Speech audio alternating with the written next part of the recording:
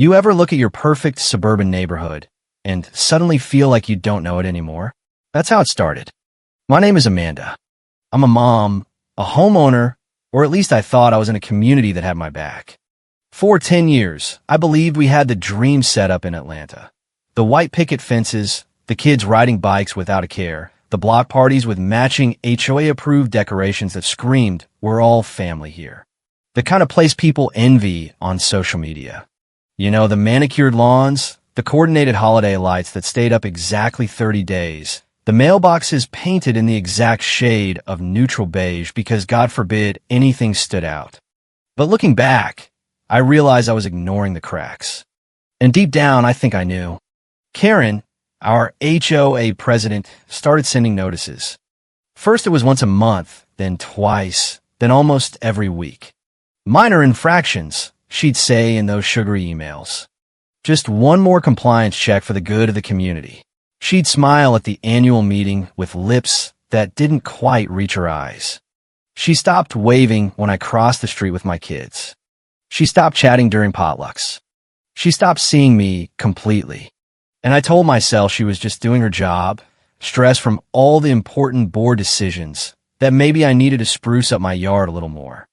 So I planted new flowers in the exact approved palette.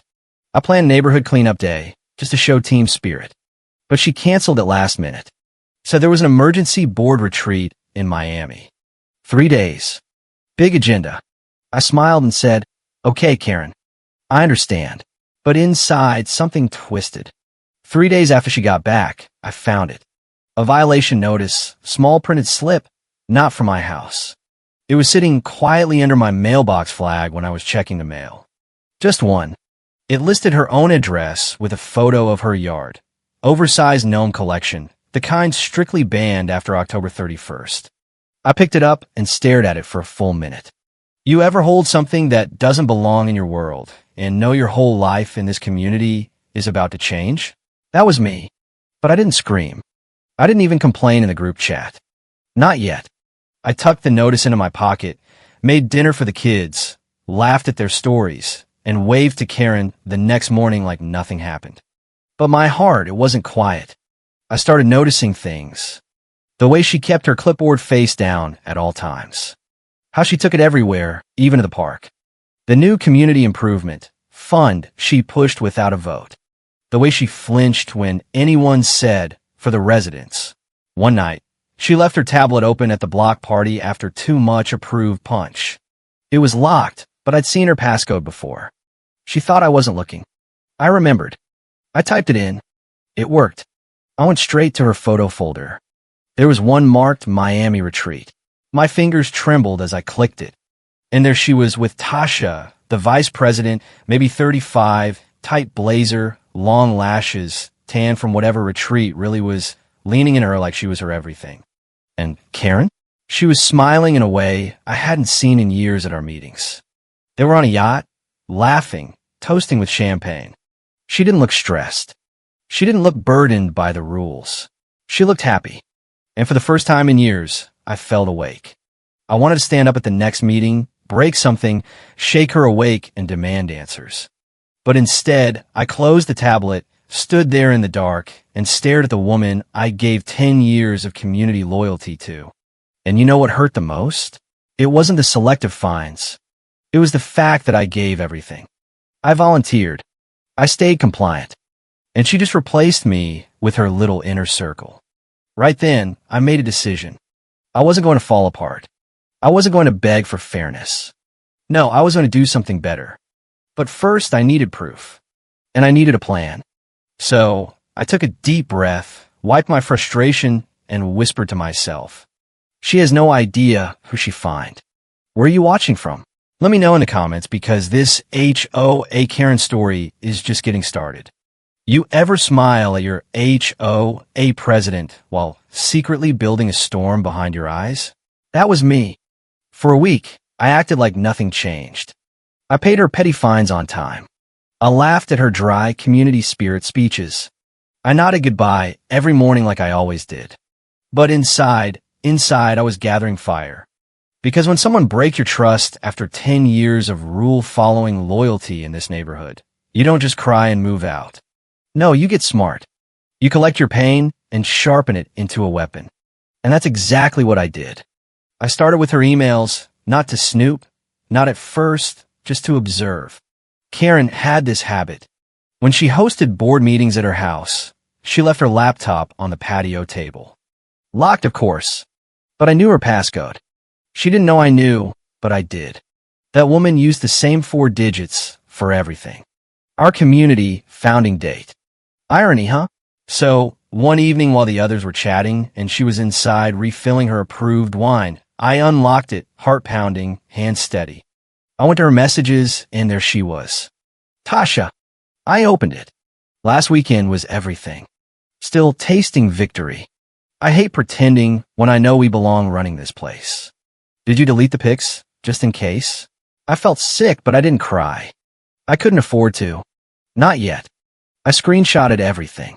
Every email, every photo, every emoji about bending rules for us. Sent them to my private drive, then deleted the screenshots from her cloud, covered my tracks like a pro. Neighbors, what would you have done in my shoes? Tell me in the comments. Because this wasn't even the worst part. You see, I wanted to know who Tasha really was. Tasha, young, bold, clearly stupid enough to think Karen's power was hers to share. So, I searched her on the community directory. Her profile popped up immediately. She was polished, not going to lie. But her bio, living the HOA dream. I laughed out loud in the middle of my kitchen. I laughed so hard I nearly dropped my phone. Everything okay, Amanda? Karen called from across the street. Yeah, I called back just reading something funny. And her whole existence was a joke. But it wasn't just about her. It was about me. I gave this community everything. My time, my energy, my compliance, my trust. And she was out here yachting with Tasha while I was trimming my hedges to the exact 2-inch rule and teaching my son how to ride without scuffing the sidewalk. Nah, I wasn't going to just sell and leave. I was going to make her regret it. So I printed the screenshots, bookmarked the photos, wrote down every time she said there was a board retreat. And then I called a realtor who specialized in HOA disputes, a good one, a woman. She told me 2 things. 1, don't confront her yet. 2, collect more, much more. So I did. I started tracking her lies, setting her up with questions I already knew the answers to at meetings, watching her fumble like a woman who couldn't keep her story straight. And every time she lied, I smiled wider. You know what they say, hell hath no fury like a homeowner who gave a decade to the wrong HOA Karen. She didn't know what was coming, but I did. You ever walk into a community meeting and feel like time slows down? That's what it felt like when I saw her, Tasha, in real life. Let me back up. After collecting weeks of proof, emails, photos, expense logs, even fake retreat receipts, I was ready. But I didn't want to just throw the truth at Karen and move out. No, that would have been too easy. I wanted both of them to feel it. So I did something bold. I messaged her. Yep. I created a fake resident profile. No real name, no picture, just a simple message. I know what you've been doing with Karen on those retreats. Meet me at Leona's Cafe this Friday at 6 p.m. Come alone. If you care about your future in this board, show up. I didn't think she'd reply, but she did. Who is this? I left it on read. That Friday, I got to the cafe 20 minutes early. I chose the booth in the corner. Dim lighting, quiet enough to hear every nervous breath. And then she walked in. Tasha wearing a tight power suit, heels that clicked like she owned the sidewalk. She looked around confused, sat down, checked her phone, waited, and then I stood, walked right over, pulled back the chair, sat across from her. She blinked. Wait, who are you? I smiled. Hi, Tasha. I'm Amanda, the one you've been helping Karen find into oblivion. Her jaw dropped. I wish y'all could have seen her face. Her mouth opened, then closed like she was searching for the right excuse in a room full of wrong ones. I let the silence hang. Well, neighbor, she finally stammered. But Karen said you were what? I cut in, difficult, non-compliant, a threat to harmony. She nodded slowly like her brain was rewiring itself in real time. I leaned in. Listen carefully. I don't care about you. I don't care about your fake highlights or your filters or the lies she told you about protecting the community. I'm not here to fight over a president who forgot how to serve her residents. I'm here for one reason. She swallowed. What's that? I pulled out a crisp manila envelope from my bag, laid it on the table. Petition for her removal. Signed by enough neighbors to start a vote. This is for her, but I want you to hand it to her. She flinched. Why would I? Because I said she told you you're a future on the board. So let her see her past walking away from your hands. She stared at the envelope like it was ticking. Why are you doing this? She whispered. I sat back, looked her dead in the eye. Because she had the nerve to cheat the rules and still smile at meetings like nothing happened. Because I spent 10 years building a home here while she was out building secret alliances. And because you thought you were winning something, but all you got was my leftovers. Silence. I stood up. I'm done paying fines. Done waiting. Done doubting my worth. She can have you, and you can have her. I walked out without waiting for her reply. And you know what? As I stepped into the night air, I felt free. But don't get it twisted. I wasn't done yet. This was just the beginning. You know that moment when everything goes quiet right before the storm hits? That was my kitchen that night. Quiet. Too quiet. The house smelled like lemon-scented cleaner. The lights were soft, just how the HOA liked them. The table was perfectly set. Fork, knife, napkin, even a cold glass of sweet tea. But right in the center, laid out like a gift, the envelope, the same one I handed to his mistress, now returned to where it belonged, on our community table in her house, where she betrayed us all. I stood at the window and waited. At 6:42 p.m., I heard her car pull into the driveway for the emergency board meeting she called. My heart pounded, but not from fear, from freedom. She walked in whistling like life was good, like she hadn't lit our community trust on fire and danced around the ashes. Smells good, everyone, she called out. What's for the agenda? I didn't answer. I just kept standing there, arms crossed. She walked into the kitchen and stopped, dead in her tracks. Her smile vanished when she saw the envelope. She looked at me, then back at it. What's this? She asked. I didn't move. Open it. Her hands trembled slightly as she pulled the papers out. Read the top line. Petition for removal. Her whole face changed. Confusion. Shock. Then that fake little chuckle. Wait, what is this? Some kind of joke. I tilted my head. Do I look like I'm joking? Silence. She blinked hard. Amanda, hold on. Can we just discuss this at the meeting? I cut her off. Oh, now you want to discuss after 10 years of my compliance. After sneaking around with Tasha like I'm blind and dumb. Her mouth opened, then closed, then opened again. You talked to Tasha? She finally said. I smiled, but it didn't reach my eyes. She gave you that envelope at the cafe, remember? She looked like I'd slapped her. I walked toward her, slow and steady. You lied to us. Every for the community. Every retreat, every late notice. You fed us garbage while I was serving you rule following. Her voice dropped low. Amanda, I made a mistake. Mistake? I laughed, but there was no humor in it. Dropping a gnome is a mistake. Losing track of days is a mistake. You chose this. She shook her head. Please, let's fix this. I walked over, picked up the petition papers, and handed them back to her. You can't fix a neighborhood that's already burnt down. Neighbors, if you were me, would you have forgiven her? Drop your answer in the comments. Be honest. She stood there stunned. And I was done. Done with fines. Done with begging. Done with waiting for someone who already walked away long ago. But just when I thought the scene was over, she said something that stopped me cold. I didn't just bend the rules with her.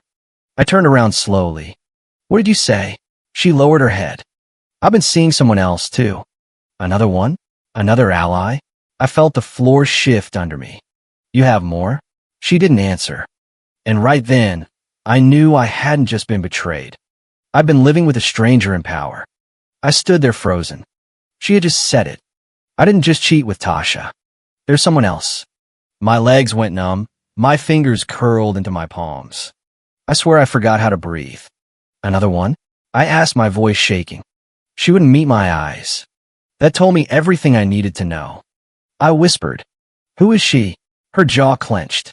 "I didn't want you to find out like this." "Too late for that," I said coldly. "So who is it?" She paused. "You know her." I blinked. "Wait, what?" My heart pounded. "What do you mean I know her?" I asked slowly. She finally looked at me, and her eyes, they were full of guilt, full of fear. "It's someone from your block," she said. "Her name is Tamika." "Tamika?" I gasped. No way. Not Tamika. Tamika was my neighbor. My friend, the one who came over for Sunday brunches, who held my hand when my mom passed, who cried with me over coffee. I felt sick. "You colluded with Tamika?" I whispered. She stepped forward. "Amanda." I swear it didn't mean anything. It was a weak moment. I messed up. I messed up bad. I backed away like she was poison. Tears were stinging my eyes now. Not the soft, sad kind. No, these tears were fire.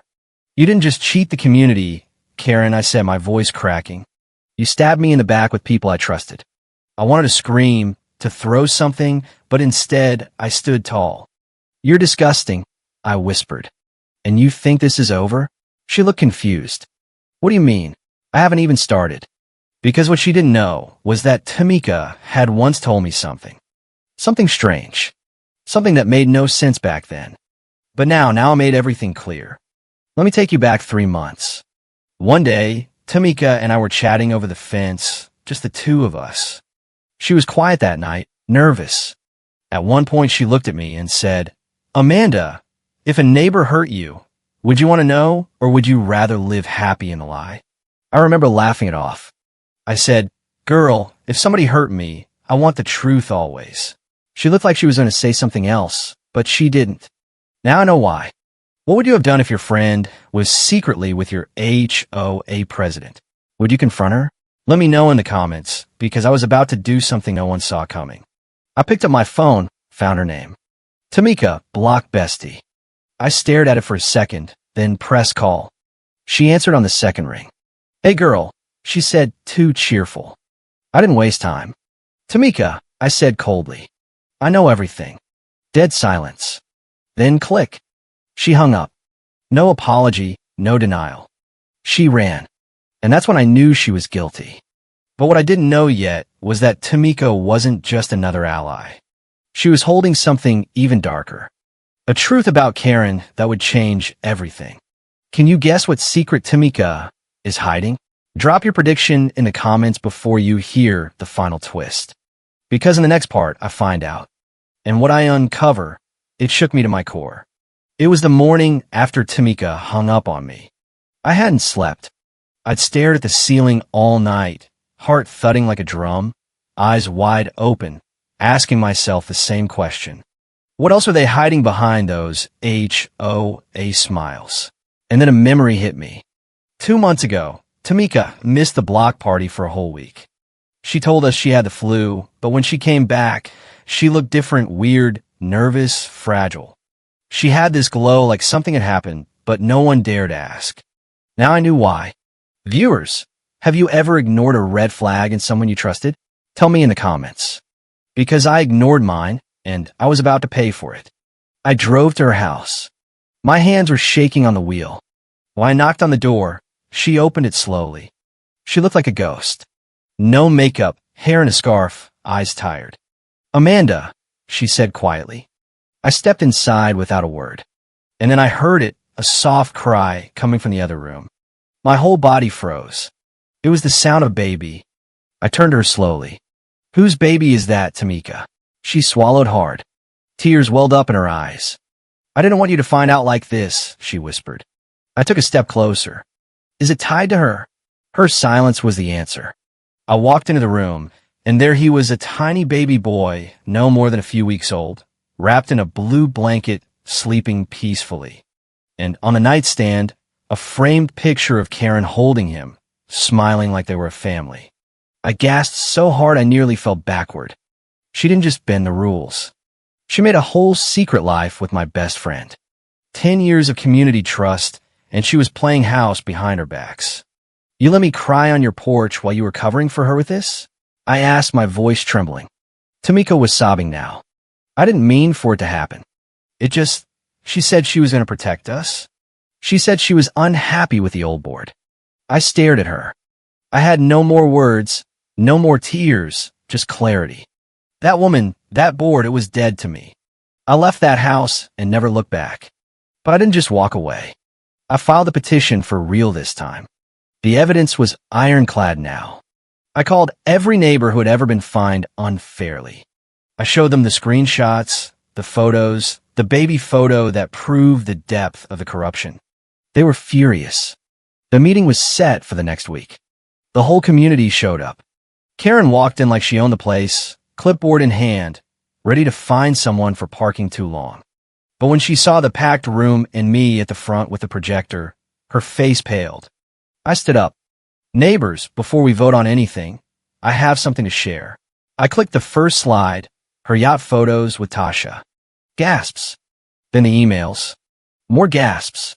Then the final slide, the baby picture with Karen holding him. The room exploded. Karen tried to speak, but her voice cracked. This is all a misunderstanding. For the community. I cut her off with a laugh that echoed. The community? The same one you fined for 2-inch grass while you broke every rule with your allies. Tamika tried to slip out the back, but neighbors blocked her. She was crying. Karen promised me exemptions. The board voted right there. Removal passed 100%. Karen's face turned redder than her favorite, approved roses. She sputtered, "You'll regret this." "I'll sue." But the realtor I called earlier was already there with paperwork. Actually, the bylaws say once removed, you can't run again for 5 years. The room cheered. Dark humor hit when someone yelled, "Guess your gnomes will have to go too." I felt the satisfaction wash over me like a perfect lawn after rain.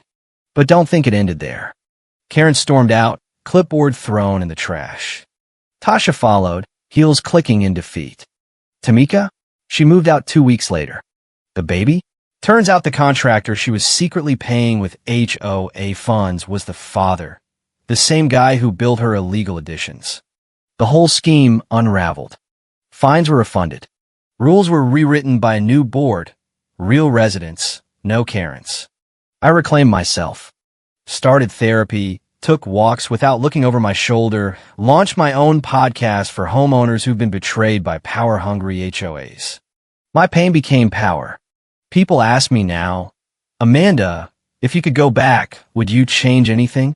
No, because she broke me. But I built me back stronger, smarter, and free. If you've ever rebuilt your life after HOA heartbreak, comment stronger below. Let's fill this comment section with strength. Because this isn't just a story about betrayal. It's a story about becoming. It's a reminder. Never let someone's lies become the limit of your neighborhood. You're worth more. You deserve better. And if you're watching this from anywhere in the world, just know this girl right here, she made it out. And you can too. The new board even planted a tree in my honor. No fines attached. Karen tried one last desperate move, posting on the community page about fake news, but the comments roasted her into oblivion. Remember the gnomes? Yeah, Karen. She deleted the account the next day. The satisfaction? Pure. Dark, hilarious, and completely earned. The absurd rules she loved? Gone. No more mailbox police. No more holiday timers. Just common sense. And me? I finally parked my car wherever I wanted for 3 whole days straight. Felt like freedom. The kids laughed when I told them the story over dinner. "Mom, you took down the HOA Karen." Yeah, I did.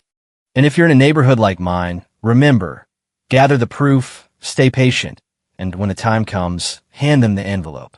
Justice isn't loud. It's smart. It's smiling while they crumble. And it tastes sweeter than any approved sweet tea. Thanks for watching this HOA Karen story. If it gave you that laugh while angry feeling, hit like, subscribe, and tell me your own HOA horror story below.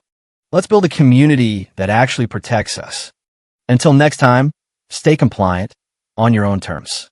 The days after the meeting felt like waking up from a bad dream. Neighbors who had avoided me for months now stopped by with casseroles and apologies. "We had no idea," they'd say, shaking their heads. Karen made it sound like you were the problem. I just smiled and said, I know. That's how they work. The dark humor came when old fines were reversed and people started joking about Karen's yacht fund being redistributed to fix the park. One guy even put up a yard sign. No more Karen. Gnomes welcome. The HOA app, once her weapon, now buzzed with residents sharing screenshots of her old emails. Satire at its finest. She tried to fight back, of course. Hired a lawyer who sent a cease and desist claiming defamation. But my realtor had the receipts, literal receipts from the contractor bribes. The board's new attorney laughed it off in court. Your client violated her own bylaws. Case dismissed. Karen's face when the judge read that? Priceless. I replayed it in my head for weeks. The escalation had been slow at first, but once the petition dropped, it snowballed. Tasha quit the board the next day, muttering about toxic environment. Tamika's house sold fast. Rumor had it the buyer got a discount because of the baby room scandal. The contractor fled the state after audits showed missing funds. Karen was left alone. Her perfect lawn now, the only one getting anonymous violation notes from kids in the neighborhood. Poetic. I started documenting everything for the podcast. Episode 1. How I took down my HOA Karen with a cafe meeting and a baby photo. Downloads exploded.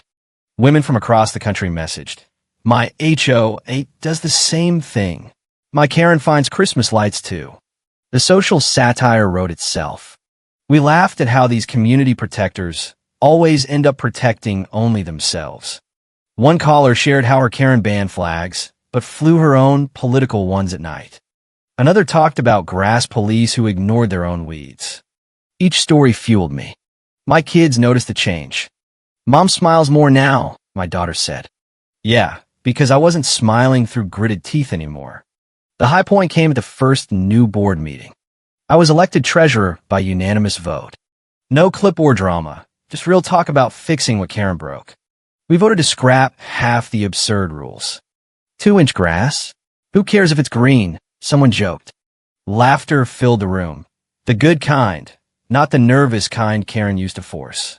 But the real satisfaction hit when Karen's old house went up for sale. She moved out quietly, no farewell party. Neighbors lined the street as the moving truck left. Someone yelled, "Don't forget your gnomes." The truck sped up. We all cheered. Dark, petty, and completely hilarious. I stood there with my coffee, watching the taillights disappear. 10 years of silent endurance, weeks of secret planning, one cafe confrontation, and a baby twist that exposed it all. Worth every second. The lesson stuck with everyone. Power-hungry Karens thrive in silence. Break the silence, and they crumble. I rebuilt my life stronger. Therapy helped me process the betrayal. Solo walks turned into community walks where we shared stories. The podcast grew into a support network. We even started a national HOA survivors group. No more living in fear of the next notice. Just freedom. If Karen ever watches this, I hope she hears the laughter. Not her, well, mostly at her, but at how ridiculous it all was. The white porch still stands. The kids still ride bikes. The barbecues continue. But now, no one flinches when a rule is questioned. That's the real win.